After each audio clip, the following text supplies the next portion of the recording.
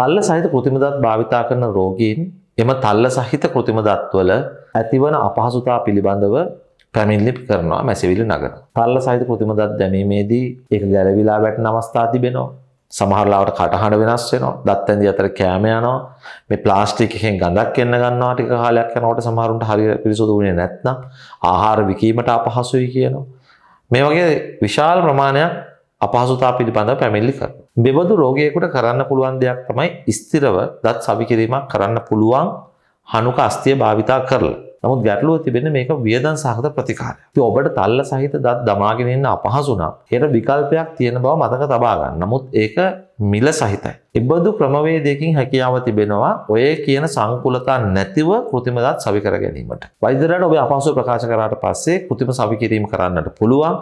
තල්ල රහිතව. එතකොට තල්ල සහිත දත් ඇන්දේ වගේ අපහසුතාවය තිබෙන්නේ නැහැ. දන්ත ශල්‍ය වෛද්‍ය විද්‍යාව පිළිබඳව මුඛ සෞඛ්‍ය පිළිබඳව දැනුම ඔබට තවදුරටත් ලබා ගැනීමට අවශ්‍ය නම් මෙහි ඩිස්ක්‍රිප්ෂන් එකේ තිබෙන ලින්ක් එක හරහා අපගේ WhatsApp සමූහයට එකතු වන්නට පුළුවන්.